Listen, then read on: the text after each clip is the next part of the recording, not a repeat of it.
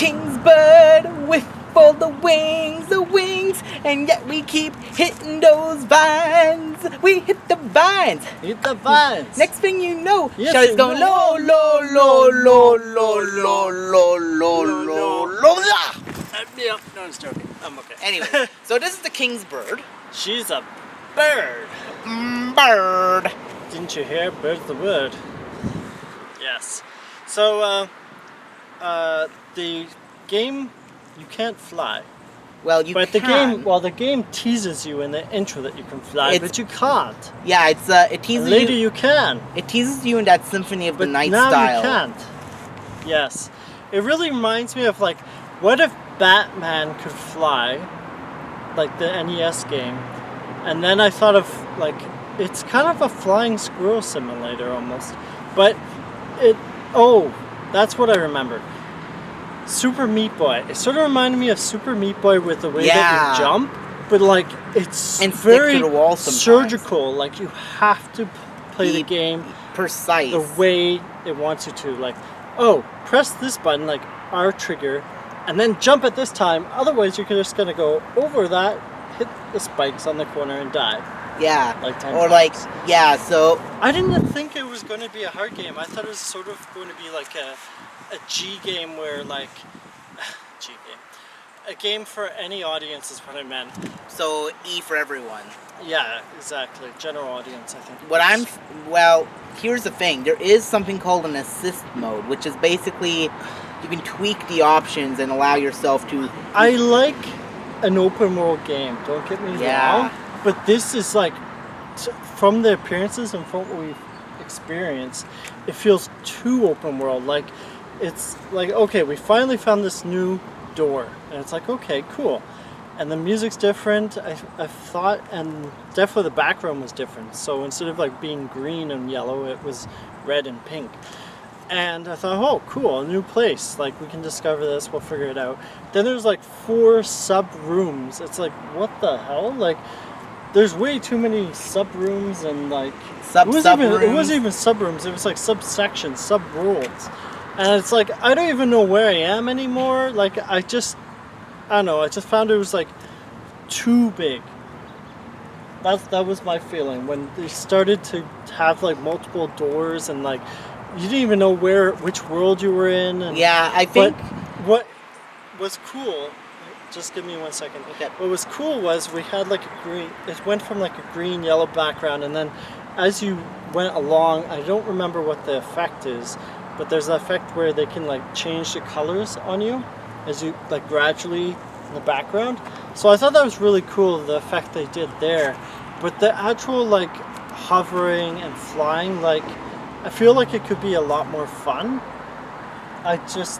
It wasn't quite as interesting as the way that it was advertised. I felt like from the little bit I saw. I found it to be a pretty fun puzzle platformer, but like you are right in a I feel like it was just a lot of jumping, and like where it should have been fun with the jumping and floating, it wasn't so much. It's unfortunate because like it had like, you can tell a lot of work's gone into just like the different like background palettes. Like it was sort of like Runbow a bit. What's the other game that was kind of like Rumble that we played? And then Die. We played Die, and like the way that the colors changed a little bit.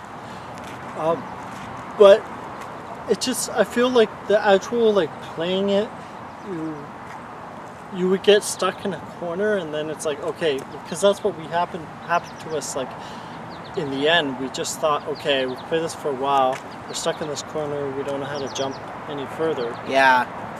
I just find like if you get so frustrated by like it's too open world to the point where you feel like, okay, how am I gonna explore all this ever? Yeah, like you almost have to start writing and drawing a map. Sorry. So basically, do what Metroid did. Yeah, like that's what I felt like. I felt like I don't think this is a Metrovania. Maybe I'm wrong, but like I feel like this is too open world. It might feel Metroidvania in the sense of exploration, but not in the other senses, like gaining a bunch of items or. Yeah, that's the thing. Like I feel like the basic if it was just a matter of running around, and I feel like that's sort of what it came across as too. Like there's a lot of open space, there's a lot of place to run around, but I think that what I'm getting at is there's not a lot of purpose to what you're doing. Like there was story at the beginning, and like that sort of put things on the right track in a sense, but then after that it got like so open-ended that it's like, what the heck's going on? Like you're sort of just left like wondering like what. Yeah. And that's what I felt. I mean, if this was like more like a, like if it focused more on like the flying aspect, where it's like you get to fly across, that's what I thought. And it gave was you a sense of speed and a sense of. But you don't even have enough time to do that. Yeah, you just you basically just jump off of walls and all you're that. Just constantly jumping, like. And yeah, so it kind of feels a little. But it's not like Escape from Doodland where there's tension. It's just like the only tension is like, damn, I fell again into a spike because they wanted me to jump a certain way and like. Or make me remember a thing I did earlier that I forgot about. I don't know. I just feel like this wasn't for me. It wasn't like. I know like this game got a lot of like coverage and praise, at least from like all the emails I was seeing, and like it kept popping up. No, like it's just like Celeste. Like a lot of people were really liking Celeste, and personally, that's what this game made me think of. Yeah, Celeste. that's what you thought. Yeah, but like. But I thought even Celeste, like at least it had, you know, you didn't know anything about the character. This character just sings, and it's like Ocarina of Time. That's what I was originally saying. Ocarina of Time, Sing Fest. You mean Ocarina of Time? Yes, my Ocarina. Spanking. Yeah, I kind of feel like I had no idea what the plot was about. Like, from what I know is that this king is like, no, you can't go outside, and then unfortunately the bird just flies into like some giant condom hole. Do not go in the hole. And suddenly gains the power to fly, and is like, fuck this shit, I'm out. We're going to build a wall, but it's going to be a hole. But that's the thing. I had no idea what was going on. And I kind of figured, and I guess it goes into what you were saying. Like I thought we'd get a bit more story. Or something. But instead, it's like endless running around. Like it's like that Mega Man 2 level where there's Gemini Man, where you're just like running to the end of the stage, and that's cool and it's frustrating. But at the same time, at least you know like you're gonna progress. Here, it's like I'm constantly going through doors or various puzzles. Personally, I like the presentation of this, but. And there is an assist mode that we could have used that could make things completely easy. Like you were having frustrations with like this one pit. There's a feature that lets you take as many hits as you want. Take all the hits. So that if at first you don't succeed, you try again, or you actually get spanked too much, or you get like a bit of a damage boost. I don't think you get a damage boost, but you just die. Yeah. Well, no, again, like, there's, like, an option that lets you take how many hits you want before you actually die. Yeah. I just thought it was going to be more interesting, a bit more, like, action-oriented, and I feel like they tried to balance the story with a puzzle platformer. But it didn't have, like, the mechanics suitable to keep it as a sort of, like, a platformer, so they're just, like, screw it. That's why I guess we'll give this a... we're trying to give the story, but at the same time, like, we need to pad this game out. I don't know. That's just the feeling I got. Maybe I'm totally wrong. Just, blah. I give it a 7 out of 10.